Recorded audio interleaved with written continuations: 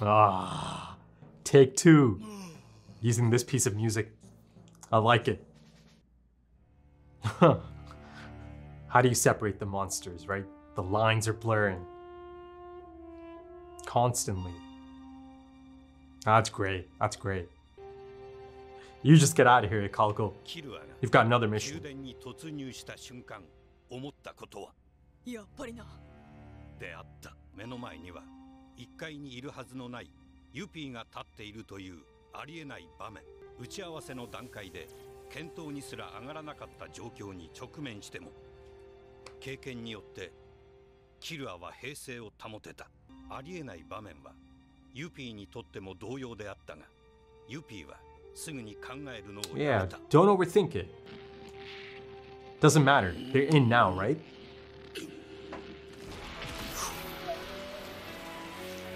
Oh man. Oh man.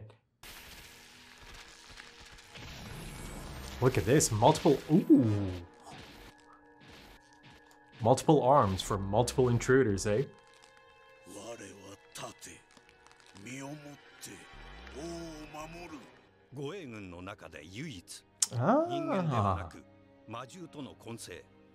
Selfless, no ego. You shall not pass. 形態変化と好戦的な笑みを見せたとき、シュートは動きを止めた。しかし、それはシュートが精神的に遅れを取ったからではない。これ以上接近すると、奴は俺を迎え撃つ。その攻撃が万が一にも前にいるはずのナックルたちに命中したら。飛ぶ腕とカゴを操作しようとした瞬間。He's like, here, look at this, look at this, look at this. Dragon dive. Here it comes. Whoa, he knows it. That's right. So he's seen it? Or he's heard of it?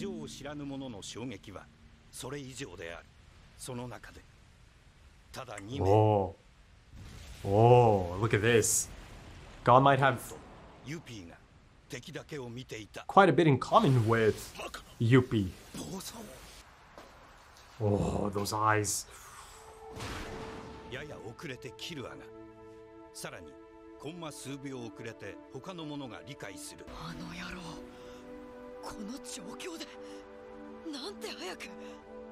That's kind of his thing though, isn't it? Since the Hunter exam arc. メレオロンとナックルが神の共犯者を発動したままこの竜の矢に貫かれ一呼吸の間もなく即死したら能力は解除されるのかそれとも死後さらに強まる念として Oh my god, residual men to leave you in that state? されずに朽ちるのか答えはわからない It's a big what if, man. 万が一の場合代わりに誰かが Look at this, look at this. That's gone in a nutshell right there. Yeah. It's like a split second. Look at that.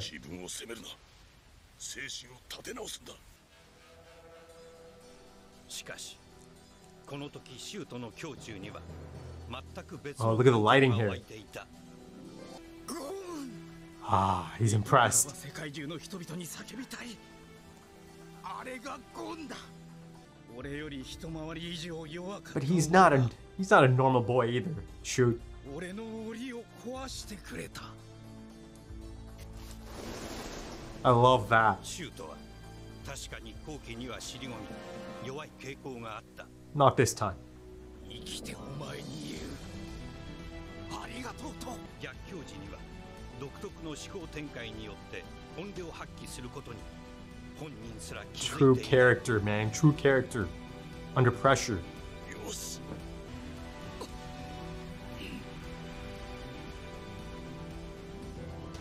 Ah. Did Yuppie sense it though? Right as it's about to land. I mean, that's for us, the audience, you know. He did it. He tagged him. There you go. There's a confirmation.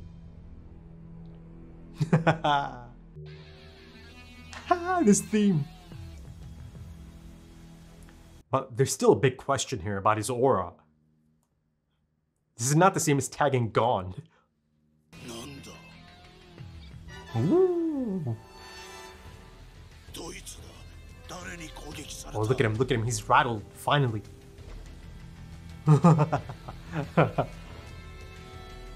Oh, it's got the same...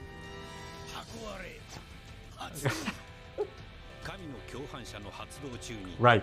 It had the same little like aura around it, right?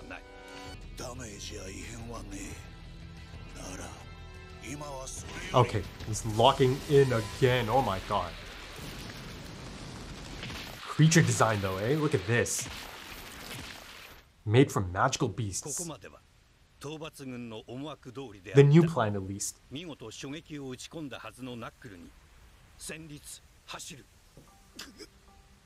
Ooh, I think he just clocked it. Oh my god.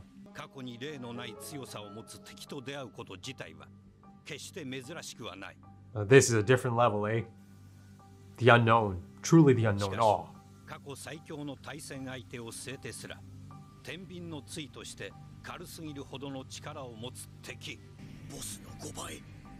Ooh. Oof.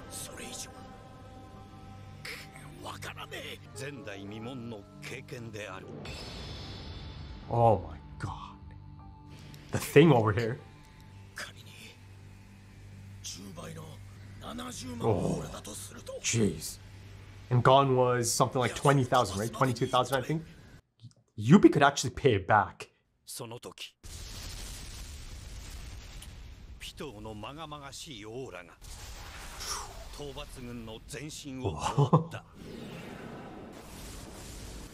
Look at you go, FILMBuFF. Go on. Yes. Look at that. She'll be able to lock in, pinpoint. Oh. The chairman. No, no, no, no, no, no, no, no.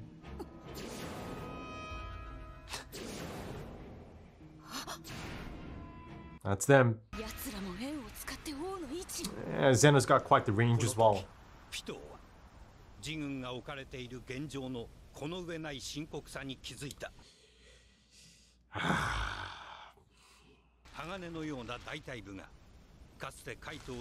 Oh my god. That's terrifying, man. About to launch like a rocket.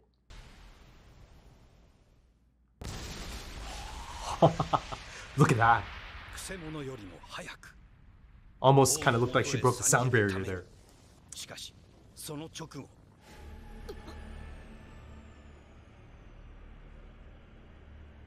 Oh no. I think she died. Whoa.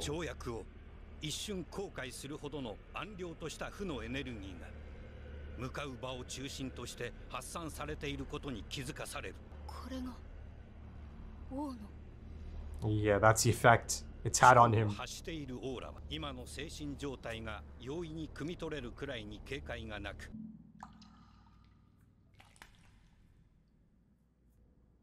Ah. Oh.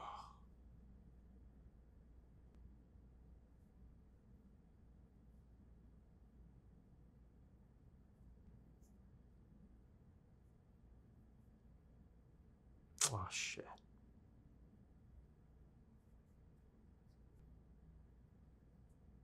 Ah, that's an interesting approach there. Look at that.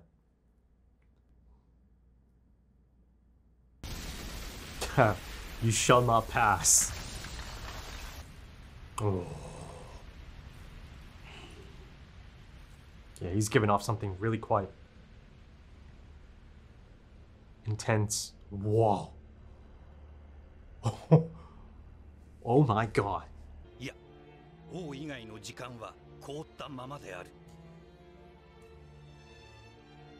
Look at this. Beautiful stuff.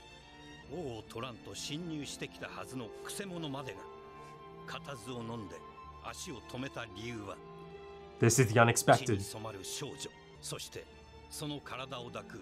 異形なるものの所作すべてが見まがうことなく優しさに溢れていたからに。 They had a really specific profile in mind, right?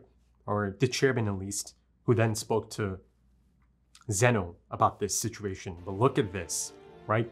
They had no idea. ピト小麦を直す The tone though. 頼んだぞ Wow. Oh. That was a request. I'm counting on you. I'm depending on you.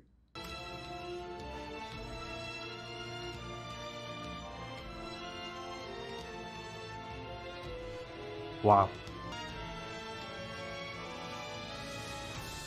敵の動きをただ立ち止まって見守るという愚教、百戦錬磨の二人が続けたのは敬意の Out of 表れである。 respect.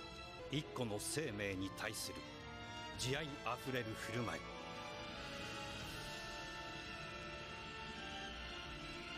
これを犯してはそもそもの大義を失い、人ですらなくなる。 In 話が随分違うじゃん。 yeah. This changes things, doesn't it? そう問い詰めるのも無理はない。同様の思いはネテロにもあった。 Ah. ここでは Ah. 場所を変えるか王と護衛軍の分断、 そのために巨額を費やし、ゼノの力を借りたネテロ And で that just presented itself. 依存のあるはずもない。まあ、な。 He sounds 先手 dejected. を取られたという思いは Ah. 拭えない。 Can't blame him, man. Can't blame him. Some fascinating developments here. For them, at ドク least. ター・ブライス Oh, the tone of her voice. ピトーが能力を発動した瞬間、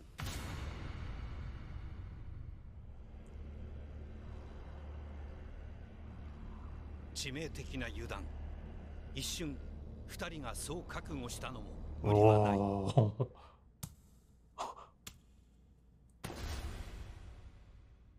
それほどにたやすく、悠然と、王は二人の視線を横切った。 He could have killed him if he wanted. 敵もまた、はるか海洋。 Also, that's insane. That episode just flew by, man. I feel like I just sat down. Wow. Yeah. To get those kind of looks on their faces, these old timers, these iconic legends of the world of this anime, to have those looks on their faces, this is monumental for them. The history of hunters. And, you know, of course, the king could have killed them there, but no chance he would risk anything in there, right? Knowing that Komugi's there. Okay, that's actually a really strong follow-up to the Dragon Dive. I mean, it's a continuation of it, right? You know, the things that are kind of playing out, or the things that have happened by the end of this episode. Again, you know, I know I've been using this term quite a bit recently, but a lot of these things feel monumental. They feel new. They feel historic for the world of this anime, right? The story of this anime and the iconic and legendary figures of this anime. You know, figures, old-timers, monstrous old-timers at that, you know, such as the chairman, Netero, Xenozolodic. The looks on their faces, right? Their reactions are, you know, these are rare moments in time, right? In their lifetimes. I just highly doubt that you're ever going to get those types of expressions, looks, just being absolutely rattled and, you know, just kind of almost frozen in time at the sights in front of them, at the incredible sights in front of them, the shocking sights in front of them. I mean, you know, everything they knew, or everything the chairman knew, and then, of course, you know, shared with Zeno, all of those preconceived notions, that really specific profile that they had in mind of a monstrous tyrant, a chimera, and king, right? All of that has to go out the window. It does by the end of this. You know, the chairman, you know, there's that moment as he responds to the king, to Meruem, you know, and the line of dialogue there is that, you know, he seems to have lost initiative at this point, right? This is just It's flipped it on its head. But the thing is, before I go any further, this is not something that the chairman could have known ahead of time, right? It's impossible. No one knew, right? I mean, Killua, out of everyone else, is the one that kind of got the closest, right? He knew there's a third party at play here that's had some sort of impact, some sort of influence on the king, given his self-injury, right? And of course, Killua is the one who's really quite dialed in, given the really unexpected nature of running into Montoteyupi, right? He knew to expect this. He's been there. He's done that, right? He explained to both Hikago and Gon, the moment you expect someone to be there or not be there, that's exactly the moment those things do not end up happening, or they do end up happening, right? The opposite of your expectation, right? So you can plan all you want, but in the field, all kinds of crazy things happen, things that you may have had no idea about, or no possibility of knowing, right? And I see that playing out all over the map, within the palace, both for the extermination squad, for Montoteyupi, who is in the spotlight, in the limelight, and my God, does he get to flex a bit in this episode? Montoteyupi, he's really quite different. And the thing is, even before I get this specific confirmation that he's created out of magical beasts, that's kind of always been the case, right? In comparison to Neferpito, in comparison to FILMBuFF. A couple of episodes ago, there's a really, important moment, the king approaching all three of them, for their opinions on the matter, who am I, or, what's my name?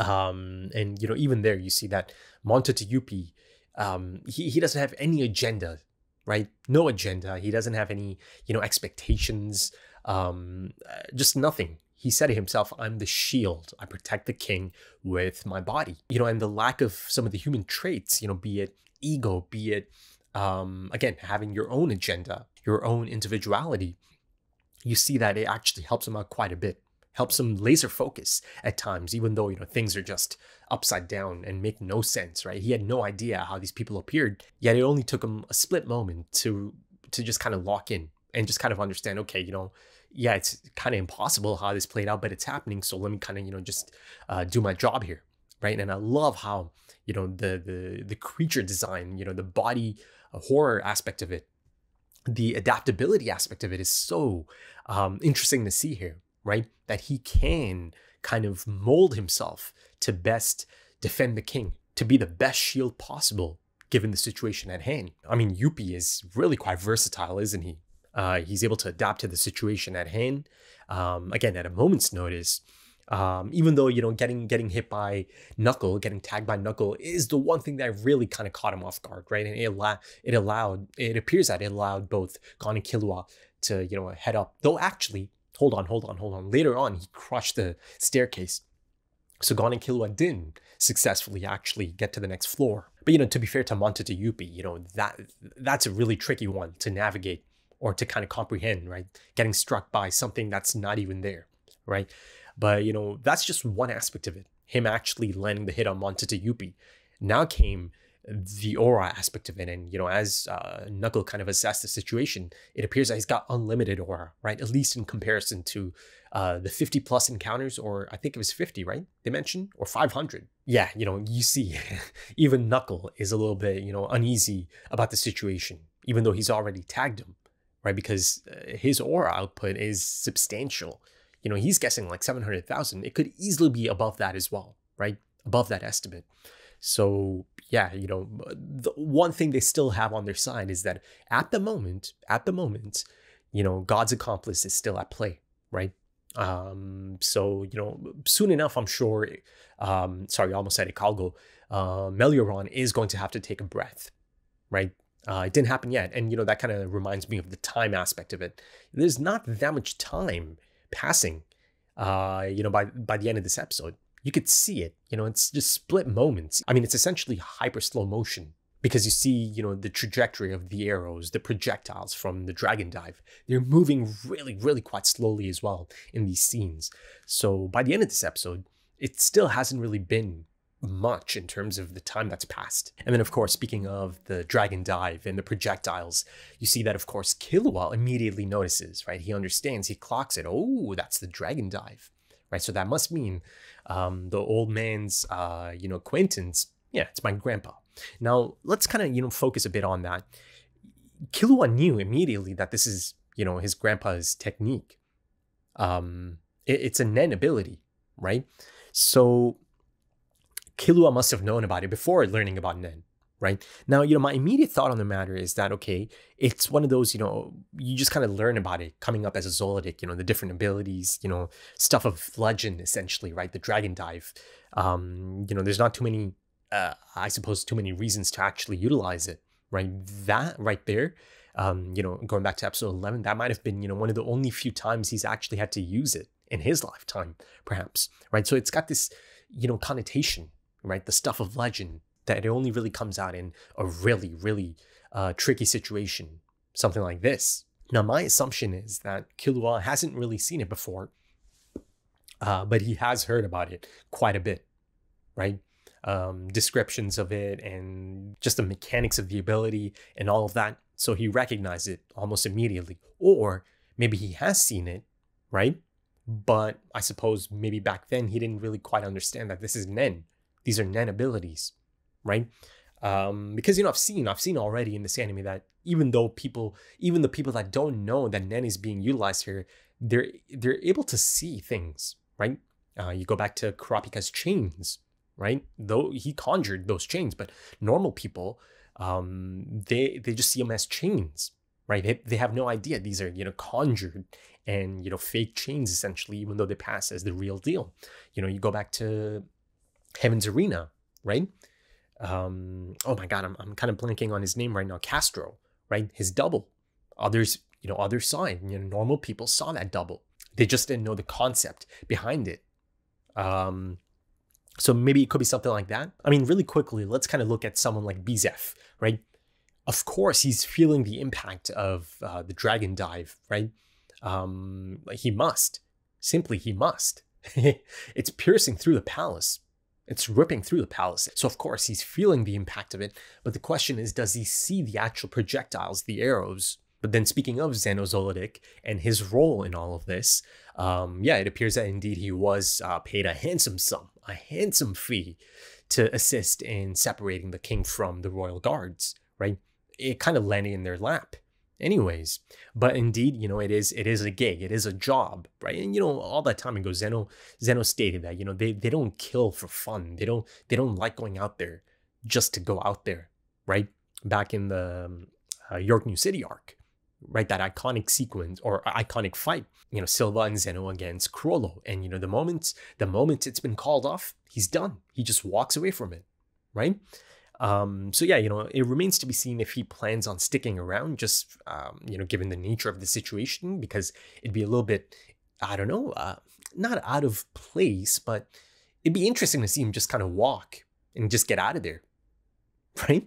I don't know, I'll have to see how exactly this, develops. But as Zeno stated, this isn't quite what he was given to expect from this situation. Like I touched up on a little bit earlier, there's a really specific profile in their minds, right? Given the information that they did have. Again, they're expecting a terrifying, emotionless monster that is just capable of all kinds of brutality, right? But, they came across something else, something fascinating, again, something legendary, once in a lifetime type occurrence, essentially. And, they're left baffled, absolutely baffled. And like I said, to see, I think it's such a cool approach as well. It's really quite effective because us, the audience, knows, right? Zeno Zoldyck and the chairman, specifically the chairman, these are incredible beings, incredible hunters, right? They've seen it all. They've experienced it all. But this, this gets them. This really gets them. They're dumbfounded. My God, that shot of the king just, strolling through the middle, it's for me at least, it's kind of reminiscent of, those old school shots of Goku, or, even Luffy. I've seen it a few times in, in One Piece. Goku, he'll do that thing of just kind of walking through the enemy. There's that moment earlier on in DBZ. It's Nappa and Vegeta, and he just walks through them. And then, I've seen Luffy do the same thing as well. But, the really interesting approach here is that it's kind of flipped, right? It's not the hero figure that's doing it this time, right? But again, it's a matter of perspective. It truly is a matter of perspective. And, Chairman's been given a bit of perspective here. And, you see that almost immediately, that resolve isn't quite there anymore, is it? Because he's kind of, in his mind about it as well now, right? Listen, the hunters who came to meet the monster ended up committing a monstrous act, right? And then, if that's not enough, you've got the monsters that are the protector and the healer for a human.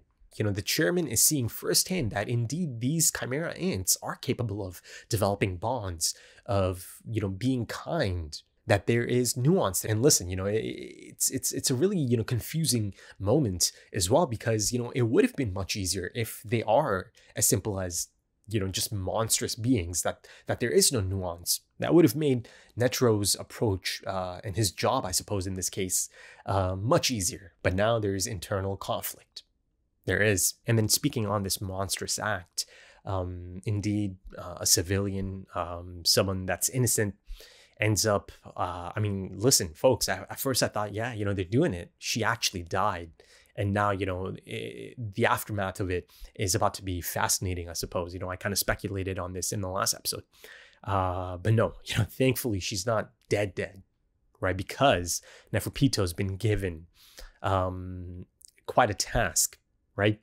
But it's not really much of an order, is it? It's more so a request, right? I've been seeing a lot of growth from Meruem. But now it kind of continues in a different, aspect, because now you see his approach with one of his guards. There's respect there, right? I'll get to that scene in a moment, because, out of an episode that's full of these incredible moments, that scene right there, Neferpito and her tears, and just that connection with her king, that's one of the best scenes of the entire anime. That's one of my favorites of the entire anime. It is, right? The bonds. But yeah, like I said in the last episode, I hate to say it, I hate to think about it, but it really felt like the most, clear-cut next step, to have Komugi get injured, badly injured from the looks of it. I'm not happy that I was right about it, because it stings. It stings a lot. Hell, I was nearly about to get really teary-eyed because, for a few moments, it certainly felt like she is a goner, right? Given the really unique presentation of it as well. Love that presentation and the lack of background score. As you kind of see it from Neferpito's perspective. And I felt that the choice to have the king's face blanked out in that moment is a really interesting one, really effective choice as well. If you look at it from Pito's perspective, in that moment, it appears that she's not quite sure or not quite able to read or decipher the king's expression, the king's mood in that moment. Right? She certainly felt that really distinct aura, an aura that had her, just kind of stopping in her tracks. And this is a royal guard, someone who's on the king's side, right? It gave her cause for pause, reason for pause. And of course, you see the effect it had on Zeno and the chairman as well. Their jaws are just on the floor, right? Baffled. Perhaps in that moment, that blank face, that blank canvas, essentially, both for, Neferpito and us, the audience as well, but, looking at it from Neferpito's perspective, perhaps it was a bit too human for her to grasp immediately, right? Could have been anger, could have been grief, could have been a combination of things. But also, I think, it's effective because the blank canvas, the blanked out face, it kind of allows us to fill in our own understanding of the king at this point, right? Much like how, the close-up of the king's eyes, and then, of course, the transition to Neferpito's eyes, them, really, truly kind of locking eyes there.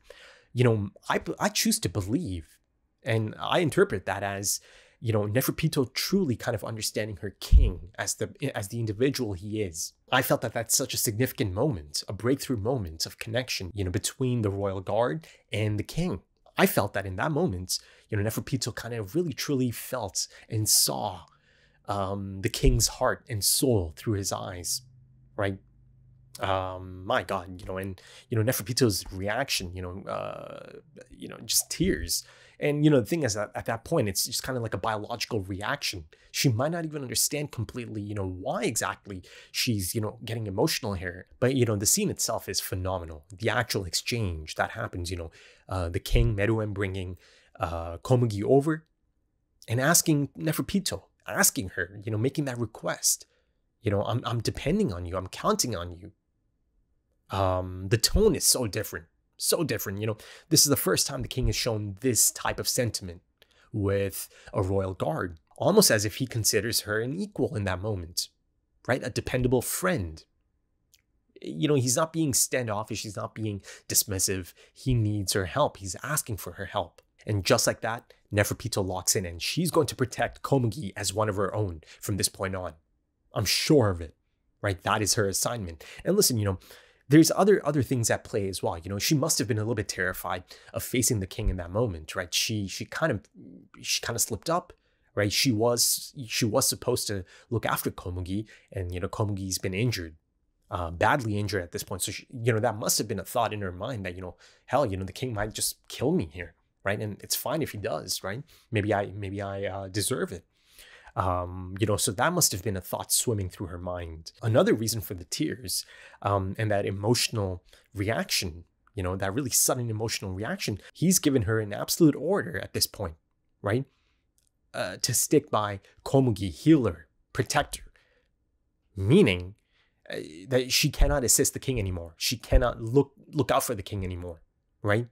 They have to separate at this point because, back there are these two humans that came to fight the king, to take out the king. Now, again, it remains to be seen if Zeno is actually going to take part in this. Ultimately, it's been building up to a Netero against Meruem conflict, right? Nemesis figures and all of that. So, I'm expecting a one-on-one at some point, for sure. But yeah, maybe there's sadness because of that as well, that she can no longer perform the duty of looking out for the king, protecting the king with her own life if need be. She's got to stick around here, so there's many things at play here, I believe, for that emotional reaction. But I think ultimately to be needed by the king, right? Truly needed by the king, and the acceptance of the king, that really, really, truly touched her heart. But then speaking of the third royal guard, FILMBuFF had an interesting reaction as well. I mean, he gets a bit of a showcase as well, right? Going through the projectiles. He's the real deal as well, of course. He is.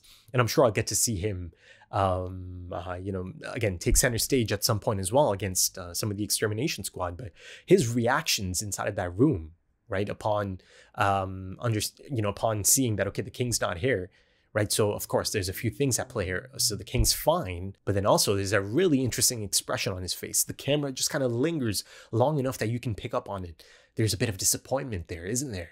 That the fact that the king isn't here means that he immediately goes to check on Komugi. He understands this. That's the reason the king isn't here in this room at the moment, right? So again, there's relief, but there's also disappointment at the same time, right? That at this moment in time, under a massive attack, that was the king's first choice or first thought, to go to Komugi, the human that he's so fond of at this point in time. My God, I just love the dynamic of these Chimera ants, the royal guards, again, Monta to Yuppie, so different than the other two, but then the really unique nature or the really unique personalities of the other two, right? Neferpito. Isn't it crazy that Neferpito has been responsible for some of the most, darkest moments of this arc? I mean, she's capable of just monstrous brutality, and I've seen it, be it Pokel on the receiving end of it, be it her lunging a kite in that encounter, her vicious aura, right?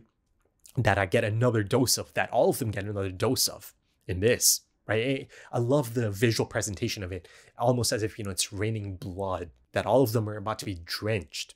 But then at the same time, there is something so endearing about Neferpito, right? And I think it's really quite believable because it's just simply in Neferpito's nature. It's in their nature. Nothing about this is inauthentic, right? So I don't know. It's kind of hard to explain, but it just functions.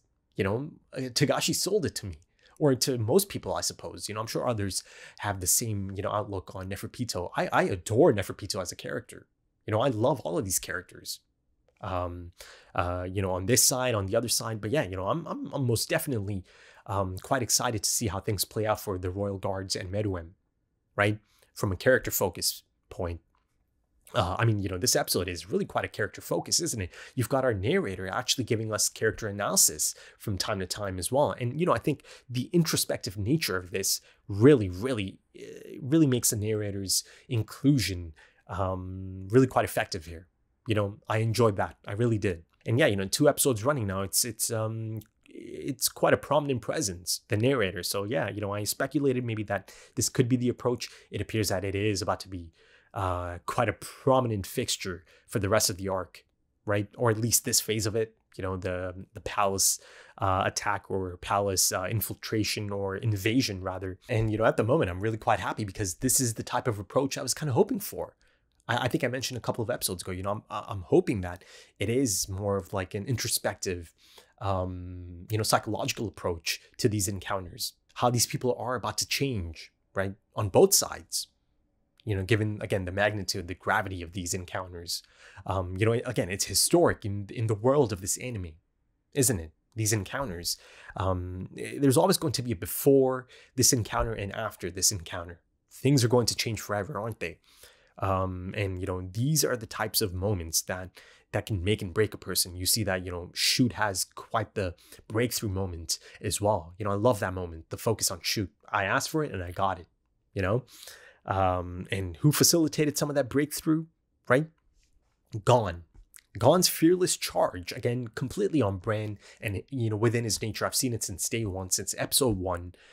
His fearless charge, and, his quick thinking under pressure, his laser focus, that fearless charge gave others the impetus, right? Instilled confidence to charge. But then, of course, there's another side of Gon that is, part of the focus of this arc.